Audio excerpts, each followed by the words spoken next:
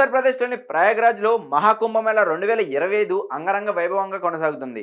ఈ నెల 13వ తేదీన ఆరంభమైన కుంభమేళాకు దేశ నలుమూలల నుంచి లక్షలాది మంది తరలి వెళ్తున్నారు. గంగా, యమున, సరస్వతి త్రివేణి సంగమంలో పుణ్యస్నానాలను ఆచరిస్తున్నారు. 45 రోజుల పాటు జరగనున్న ఈ కుంభమేళాలో ఇప్పటికే 8,80,00,000 మంది భక్తులు పుణ్యస్నానాలను ఆచరించినట్లు ఉత్తరప్రదేశ్ ప్రభుత్వం వెల్లడించింది. తొలి వారం రోజుల్లోనే 7 కోట్ల పుణ్యస్నానాలు ఆచరించినట్లు అధికారికంగా వెల్లడించింది. పవిత్ర స్నానాలను ఆచరించడానికి ప్రయాగ్రాజ్ వెళ్లే భక్తుల కోసం రైల్వే శాఖ రంగంలోకి దిగింది. దేశం నలుమూలల నుంచి ప్రత్యేక రైళ్లను నడిపిస్తోంది.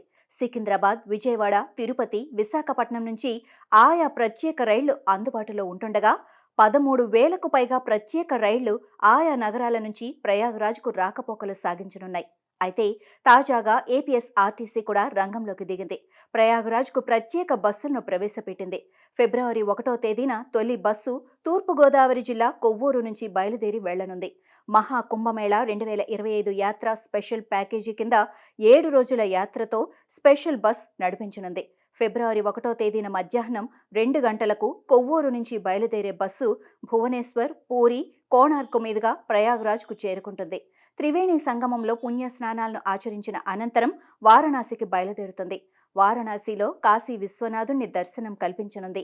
ప్రయాగ్రాజ్, వారణాసిలో భక్తులకు బస ఏర్పాటు చేయగా వారణాసి నుంచి గయా, బుద్ధగయలను సందర్శించిన అనంతరం రాష్ట్రానికి బస్సు తిరుగు ప్రయాణం అవ్వనుంది. తిరుగు ప్రయాణంలో అరసవిల్లి, శ్రీకూర్మం క్షేత్రాలను భక్తులు దర్శించవచ్చు. ఉదయం అల్పాహారం, మధ్యాహ్నం భోజనం, రాత్రి అల్పాహారంతో కలిపి ఒక్కొక్కరికి 10,000 రూపాయల ఛార్జీని వసూలు చేస్తామని ఏపీఎస్ఆర్టీసీ స్పష్టం చేసింది.